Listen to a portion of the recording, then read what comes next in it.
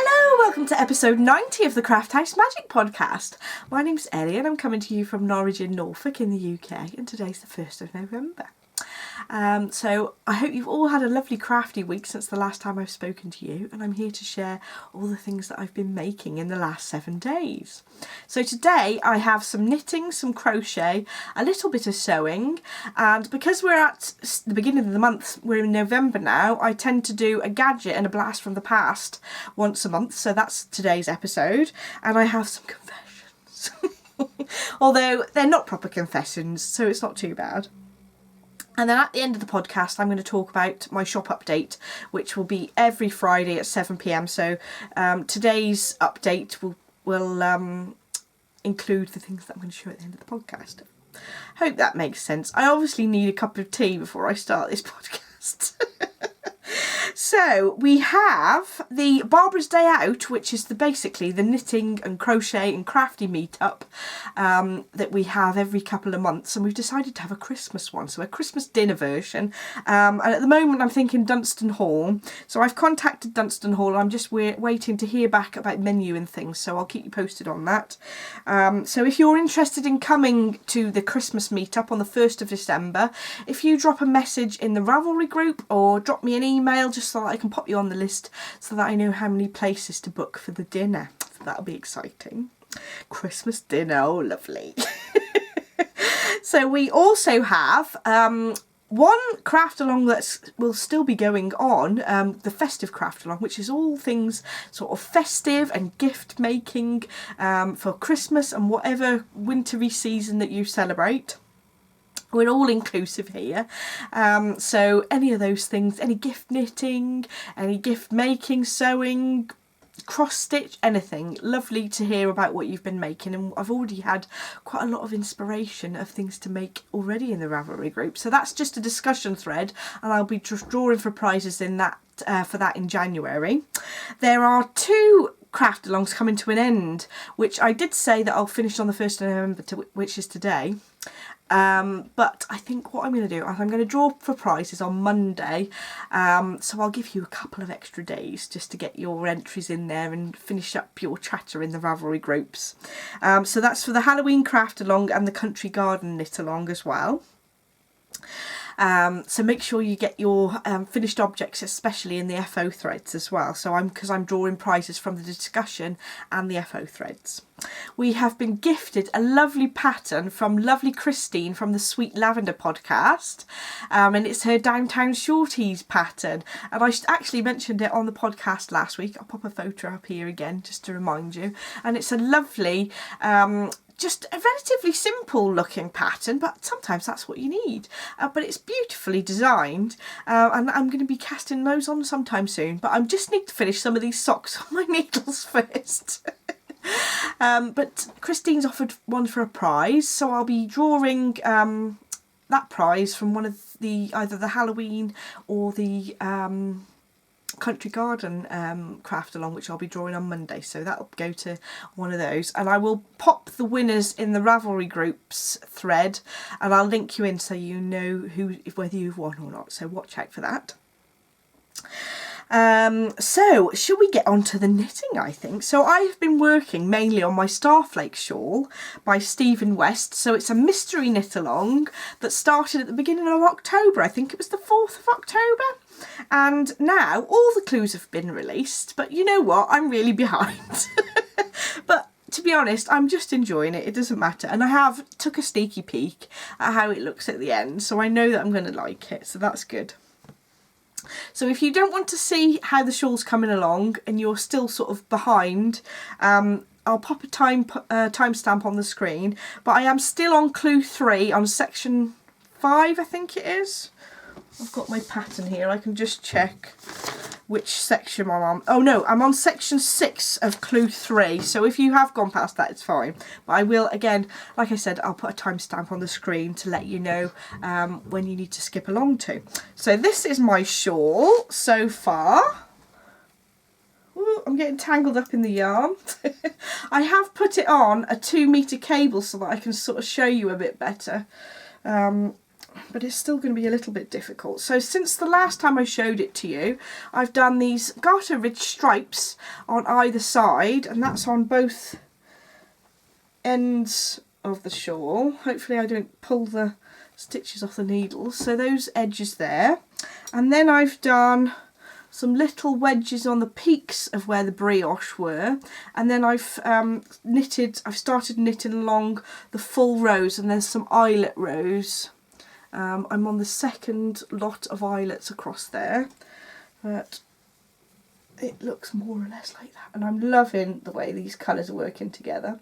So I'm using my own hand-dyed yarn in my merino nylon base, which is the Nobody Does It Better and Ordinary World colourways. So Nobody Does It Better is this coral, and the bluey grey is the Ordinary World.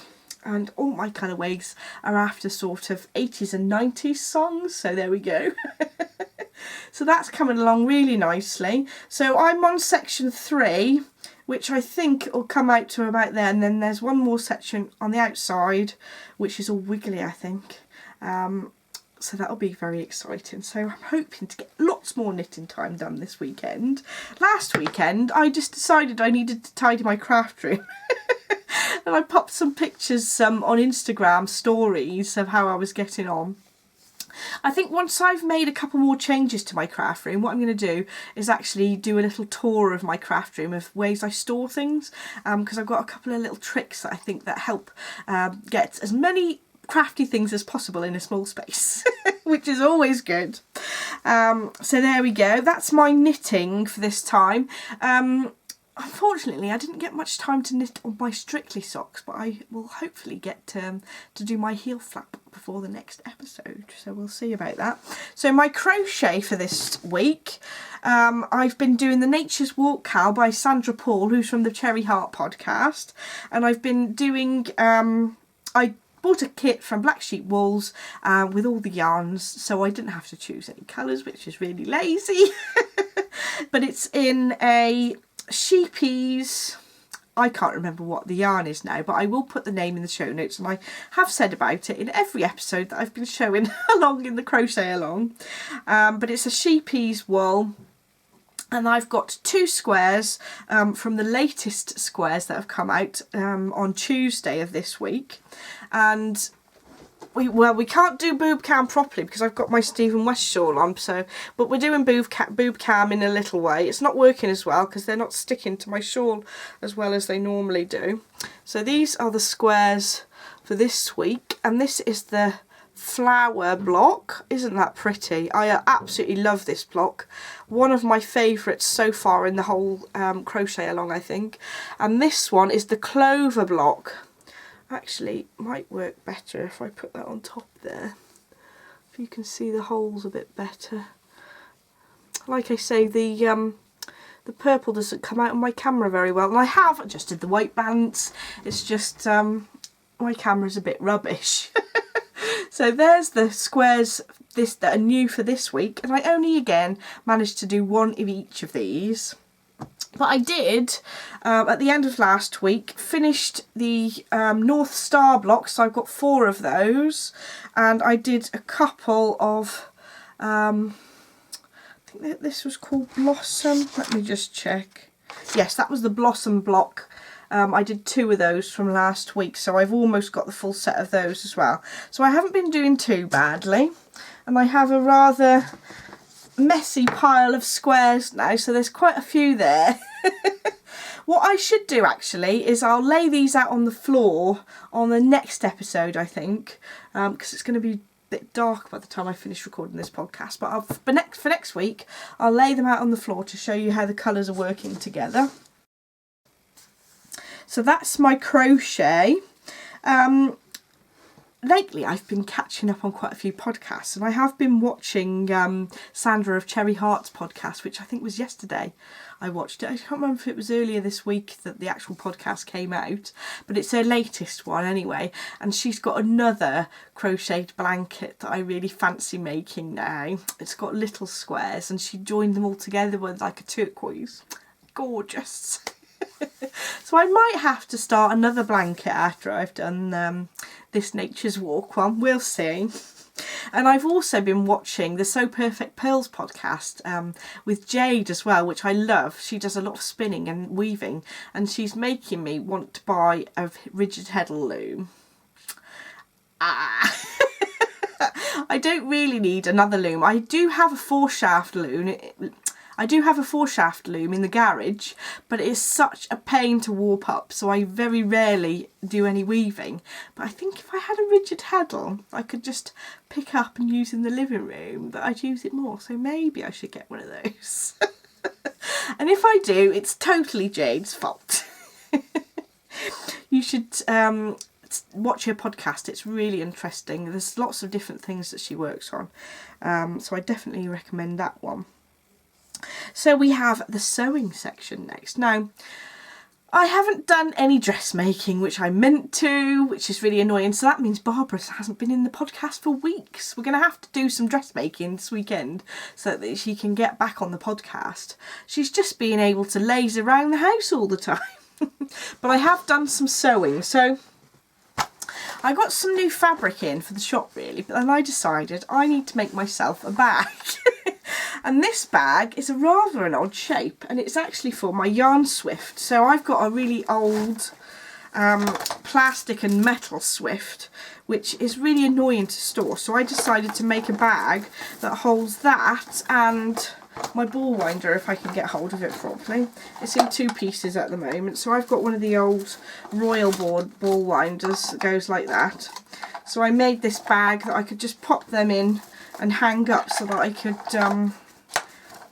get good access to really. So it's a drawstring one. I am thinking about stocking the shop with these sort of bags, but I need to do a little bit of research into the sizes of the wooden swifts as well to see if that would fit all of the ones that are sort of for sale, if that makes sense. But do let me know if you are interested in that coming into the shop. But like I said, this is one of the fabrics that I have had recently, and it's a gorgeous, gorgeous batik in my favourite colours. So basically I make bags all day during the week mostly, or dye yarn, and then I decide to make myself a bag at the weekend. It was all to do with tidying my craft room though. I basically sorted out the cupboard, and there was no room for my yarn swift anymore, so I had to make a bag, didn't I? So that's my sewing for this week.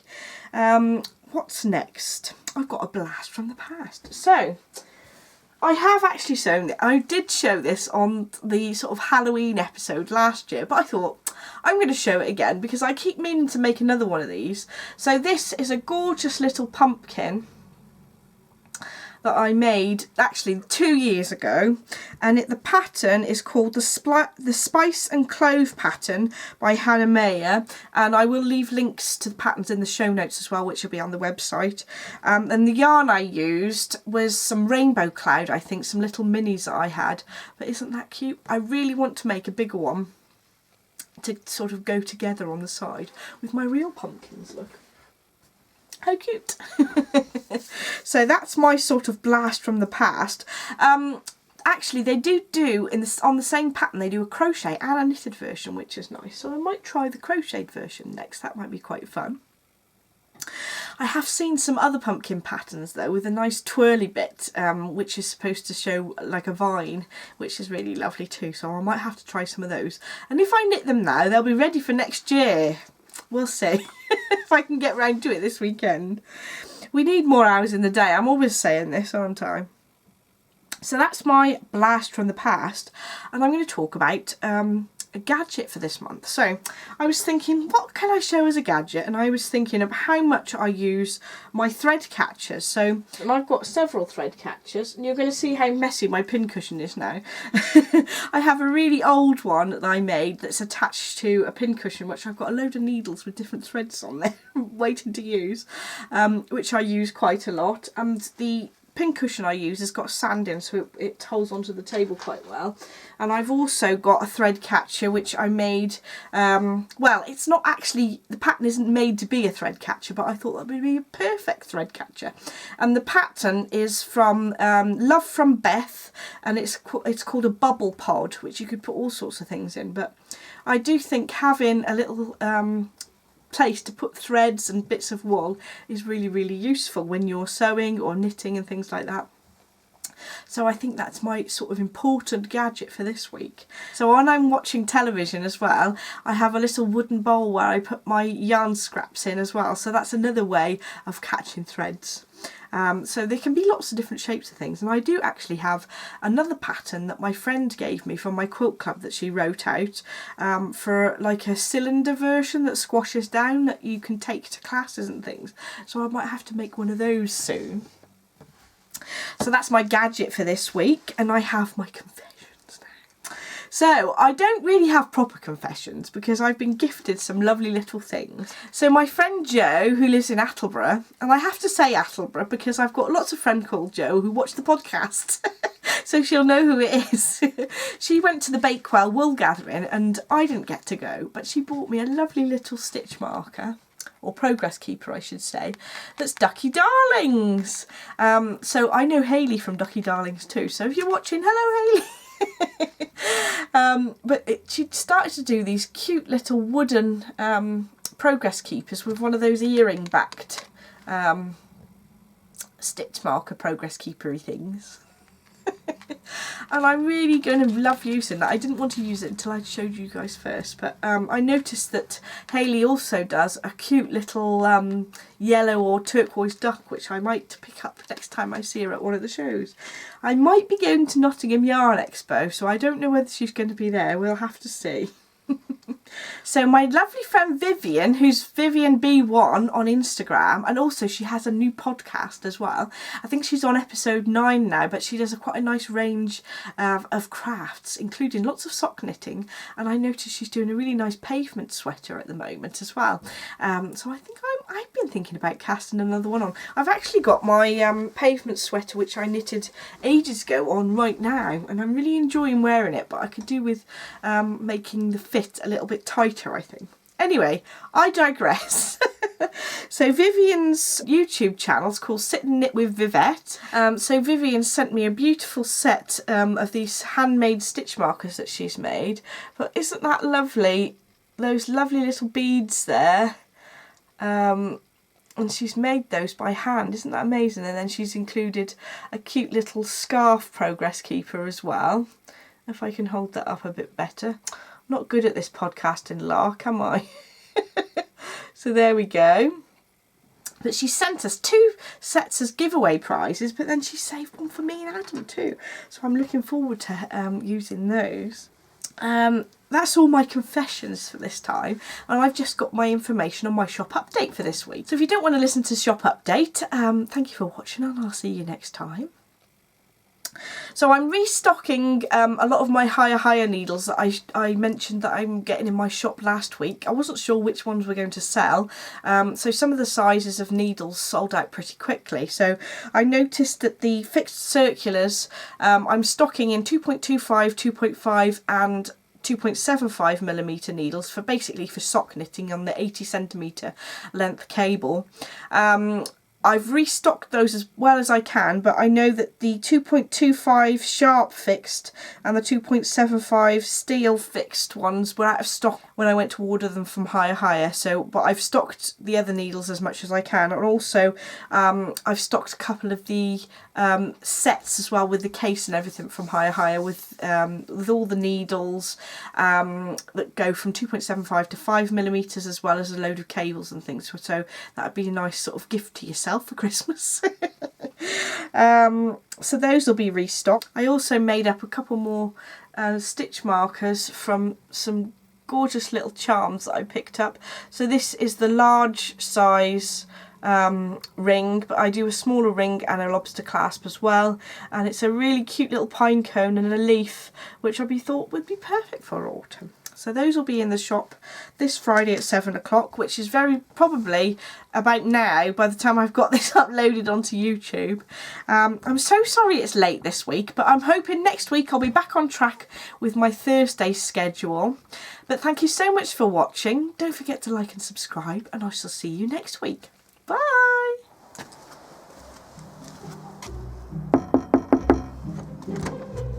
Trick or treat!